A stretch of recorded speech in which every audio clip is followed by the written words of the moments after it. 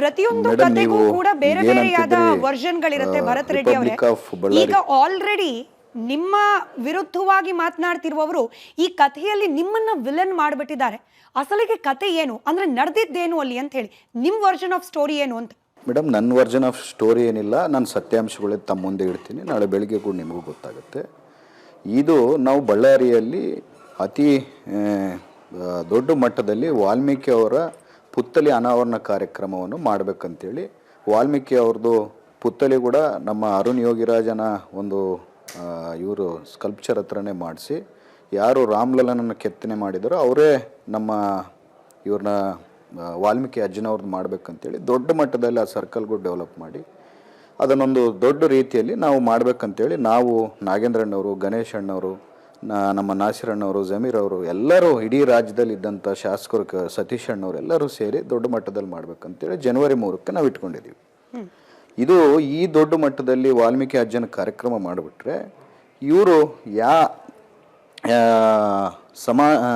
ಸಮುದಾಯವನ್ನು ಹೇಳ್ಕೊಂಡು ಇವರು ರಾಜಕೀಯವಾಗಿ ಮೇಲೆ ಬಂದರು.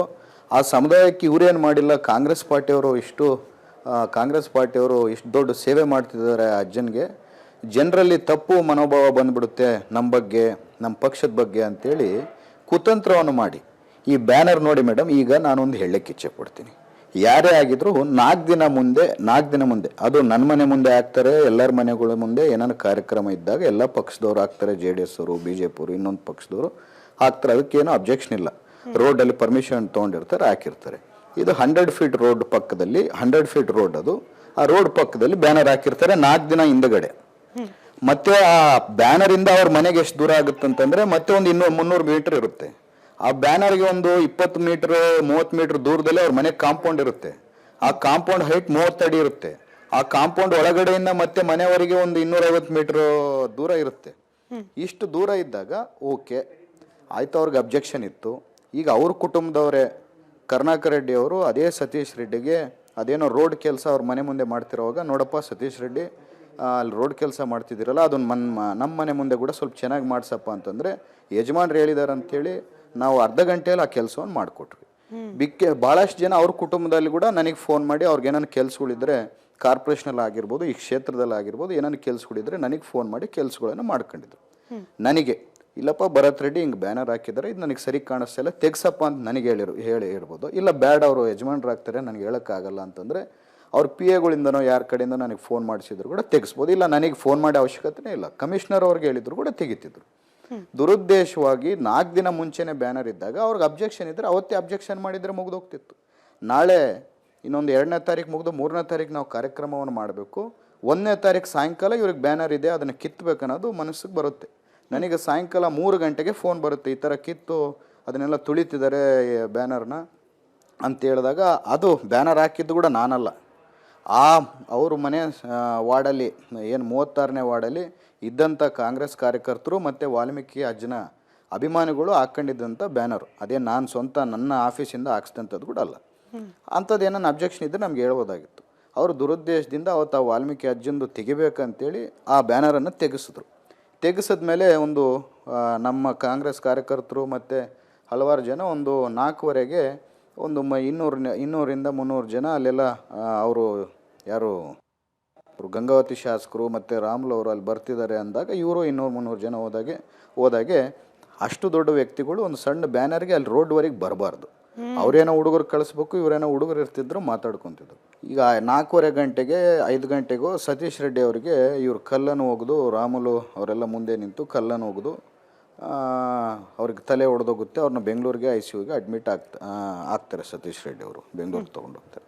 ನಾನು ನನ್ನ ಫ್ಯಾಮ್ಲಿ ಜನವರಿ 1 ಇತ್ತು, 31 ಅವೆಲ್ಲ ನನ್ನ ಫ್ಯಾಮ್ಲಿನ ಕರ್ಕೊಂಡು ಬೇರೆ ಕಡೆ ಹೋಗಿದ್ದೆ. ನಾನು ಊರಲ್ಲಿ ಕೂಡ ಇರಲಿಲ್ಲ. ನನಗೆ ಈ ವಿಚಾರ ಗೊತ್ತಾಗಿದ್ದ ತಕ್ಷಣ ನಾನಿಲ್ಲಂದರೆ ಇವರು ಹುಡುಗರೆಲ್ಲ ಒಂದು 1000 ಜನ ಸೇರಿಬಿಟ್ಟು ಏನಾಗುತ್ತೋ ಅಂಥೇಳಿ ನಾನು ತರಾತುರಿಯಾಗಿ ನಾನೇ ಗಾಡಿಯನ್ನು ಓಡಿಸ್ಕೊಂಡು, ಡ್ರೈವರ್ ಕೂಡ ಇರಲಿಲ್ಲ, ನಾನೇ ಗಾಡಿ ಓಡಿಸ್ಕೊಂಡು ಒಬ್ಬನೇ ಊರಿಂದ ಬಂದು SP ಸರ್ಕಲ್ ಹತ್ರ ಒಂದು 5000 ಜನ ಹುಡುಗರು, ನಮ್ಮ ಹುಡುಗರೆಲ್ಲ ಸೇರಿದರು. ನಾನು ಬಂದಾಗ ಒಂದು 3000-4000 ಜನ ಸೇರಿದ್ರು. ನಾನು ಬಂದಿದ್ದ ತಕ್ಷಣ ಹುಡುಗರಿಗೆ, ನೋಡಪ್ಪ ಈ ಥರ ಎಲ್ಲ ನಮ್ಮ ಕಾರ್ಯಕ್ರಮ ಐತೆ ಅಂದಾಗ, ಇಲ್ಲಣ್ಣ ಅಲ್ಲಿ ಸ್ಪಾಟ್ಗೆ ಹೋಗಿ ನಿಮಗೆ ತೋರಿಸ್ತೀವಿ, ನಾವೇನಂತ ತಪ್ಪು ಮಾಡಿದ್ದೀವಿ ಅಂತಂದರೆ ನೀವು ನಮ್ಮನ್ನು ಏನಂದರೂ ನಾವು ಅನಿಸ್ಕೊಂತೀವಣ್ಣ, ನಾವು ಏನು ತಪ್ಪು ಮಾಡ್ದಂಗೆ ಹೆಂಗೆ ತೆಗಿತಾರಣ್ಣ, ನೀವು ಒಂದು ಸರಿ ಬಂದು ನೋಡಂದರೆ ನಾವಿನ್ನೂ ಹೋಗೋಕ್ಕಿಲ್ಲ. ಅವ್ರ ಮನೆ ಮೇಲಿಂದ ಏನೋ ಕಲ್ಲುಗಳಿಂದ ತೂರಾಡ್ತಾರೆ, ಖಾರ ಪುಡಿ ಹಾಕ್ತಾರೆ, ಕಟ್ಟಿಗೆಗಳು ತೊಗೊಂಡು ದೊಡ್ಡ ದೊಡ್ಡ ಲಾಠಿ ಥರ ಕಟ್ಟಿಗೆಗಳು ತೊಗೊಂಡು ಜನ ವೀಡಿಯೋಸ್ ನನ್ನ ಹತ್ರ ಇದೆ, ನಿಮಗೆ ತೋರ್ಸಂದ್ರೆ ಆಮೇಲೆ ಶೇರ್ ಮಾಡಂದ್ರೆ ಮಾಡ್ತೀನಿ, ಇಲ್ಲಾಂದ್ರೆ ನಿಮ್ಮ ರಿಪೋರ್ಟರ್ ಕೊಡಂದ್ರೆ ಕೊಡ್ತೀನಿ. ಮತ್ತು ಮೇಲೆಯಿಂದ ಫೈರಿಂಗ್ ಮಾಡೋರು. ನಾವು ಹೋಗಿದ್ದು ಏನು ನಡೆದಿದೆ ಅಂತ ಸಿಚುವೇಶನ್ ನೋಡೋಕ್ಕೆ. ಅಲ್ಲಿ ಇವರು ದುರುದ್ದೇಶ ಇಟ್ಕೊಂಡು ಇಲ್ಲಿ ಬಂದಂಥ ಸಂದರ್ಭದಲ್ಲಿ ನಾವೇನೋ ಒಂದು ಮಾಡಬೇಕು, ಮುಗಿಸ್ಬೇಕಂತ ಒಂದು ದೊಡ್ಡ ದಾಂಧಲೆ ಮಾಡಿ ಆ ಕಾರ್ಯಕ್ರಮವನ್ನು ನಿಂದಿರಿಸ್ಬೇಕಂತೇಳಿ ಇವ್ರು ಏನು ದುರುದ್ದೇಶವನ್ನು ಇಟ್ಕೊಂಡಿದ್ರು. ಆ ದುರುದ್ದೇಶದಲ್ಲಿ ಇವತ್ತು ಎಷ್ಟು ಜನಕ್ಕೆ ಇವರು ತೊಂದರೆ ಮಾಡಿದ್ದಾರೆ ಅಂತ ಹೇಳಿ ತಮ್ಮ ಮೂಲಕ ಹೇಳಕ್ಕೆ ಭರತ್ ರೆಡ್ಡಿ ಅವರೇ ಅವ್ರು ಕ್ಷಮೆ ನನ್ನ ಬಗ್ಗೆ ಇರ್ಲಿ. ಹೇಳ್ತಿದ್ದಾರೆ. ನೀವೇ ಭರತ್ ಹೇಳ್ದಾಗೆ ರೆಡ್ಡಿ ಗೂಂಡ, ಈ ಕಟೌಟ್ ಬ್ಯಾನರ್ ಹಾಕಿದ ಜಾಗದಿಂದ ಅವ್ರ ಮನೆ ಸಾಕಷ್ಟು ದೂರದಲ್ಲಿದೆ, ದೊಡ್ಡ ಕಾಂಪೌಂಡ್ ಇದೆ, ಮಧ್ಯ ರಸ್ತೆ ಇದೆ, ಆ ಕಾಂಪೌಂಡ್ ರಸ್ತೆ ದಾಟಿ ಅವ್ರ ಮನೆ ರೀಚ್ ಆಗ್ಲಿಕ್ಕೂ ಕೂಡ ಸಾಕಷ್ಟು ಅಂತರ ಇದೆ. ಈಗ ಅವ್ರ ಮನೆಯಿಂದ ಕಲ್ ತುರಿದ್ರೆ ಕಾಂಪೌಂಡ್ ಒಳಗ್ ಬೀಳ್ಬೇಕು, ಆಚೆ ಹೆಂಗ್ ಬಂತು? ಅವ್ರ ಮನೆ ಬಾಲ್ಕನಿಯಿಂದ ನಿಂತ್ಕೊಂಡು ಗುಂಡು ಹಾರಿಸಿದ್ರೆ, ಇನ್ ಕೇಸ್ ಹಾರಿಸಿದ್ ನಿಜವಾದ್ರೆ ಅದು ಕಾಂಪೌಂಡ್ ಒಳಗಡೆ ಬೀಳ್ಬೇಕಿತ್ತು ಅಥವಾ ಆಚೆ ರಸ್ತೆಗೆ ಒಂದೇ ಬೀಳ್ಬೇಕಿತ್ತು? ನಿಮಿಷ ಮೇಡಮ್, ಅದು ಅದೇ ಕಾಂಪೌಂಡ್ ಹತ್ರ ಅವ್ರದ್ದು ನೀವು ನಿಮ್ಮ ರಿಪೋರ್ಟರ್ಸ್ ನೋಡಿರುತ್ತೆ, ಐಡಿಯಾ ಇರುತ್ತೆ ಮೇಡಮ್. ಅವ್ರದ್ದು ಭಾಳ ದೊಡ್ಡ ಕಾಂಪೌಂಡು. ಆ ಕಾಂಪೌಂಡ್ ಮೇಲೆ ಹತ್ತಿ ಆಮೇಲೆ ಆ ಕಾಂಪೌಂಡ್ ಹಿಂದ್ಗಡೆ ಅವ್ರದ್ದು ಸಣ್ಣದು ಒಂದು ಆಫೀಸ್ ಇರುತ್ತೆ. ಅಂದರೆ ಆಫೀಸ್ ಅಂದರೆ ಅವ್ರೇನಾದ್ರು ಪ್ರೆಸ್ ಮೀಟ್ಸ್ ಅವು ಮಾಡೋವು, ಅವೆಲ್ಲ ದಾಟಿ ಹೋದ್ಮೇಲೆ ಮನೆ. ನಾವು ಘಟನೆ ಸ್ಥಳ ಎಲ್ಲಿ ನಡೆದಿದೆ ಅಲ್ಲ ಅಲ್ಲಿಗೆ ಹೋಗಲಿಲ್ಲ, ಇನ್ನು ಈ ಮನೆ ಹತ್ರನೇ ಮನೆ ದಾಟಿ ಹೋಗಬೇಕು ಘಟನೆ ಸ್ಥಳಕ್ಕೆ. ನನ್ನ ಬ್ಯಾನರು ಏನು ಅವ್ರು ತೆಗೆದಿದ್ದಾರೆ ಅಂತ ಹೇಳ್ತಿದ್ದಾರಲ್ಲ, ಯಾರೋ ಹುಡುಗರು ಹಾಕಿರೋದು, ಅದಕ್ಕೆ ಇನ್ನೂ ಹೋಗಕ್ಕೆ ಟೈಮ್ ಇತ್ತು. ಅವ್ರ ಮನೆ ಮುಂದೆನೇ ಈ ಘಟನೆ ನಡೆದಿರೋದು.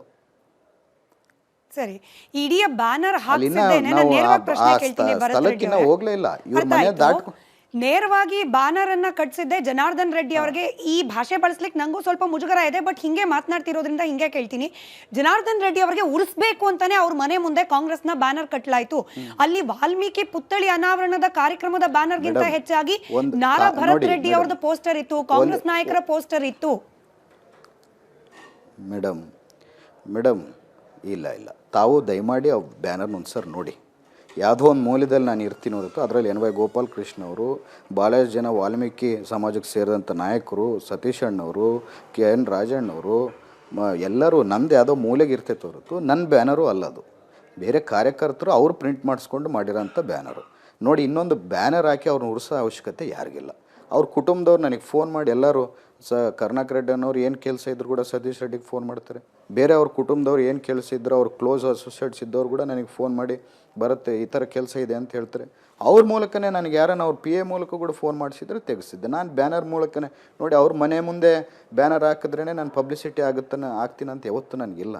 ನಾನು ಒಳ್ಳೆ ರೆಸ್ಪೆಕ್ಟೆಡ್ ಫ್ಯಾಮಿಲಿಯಿಂದ ಬಂದಂಥವನು, ನಾನು ಓದ್ಕೊಂಡು ಬಂದಂಥವನು.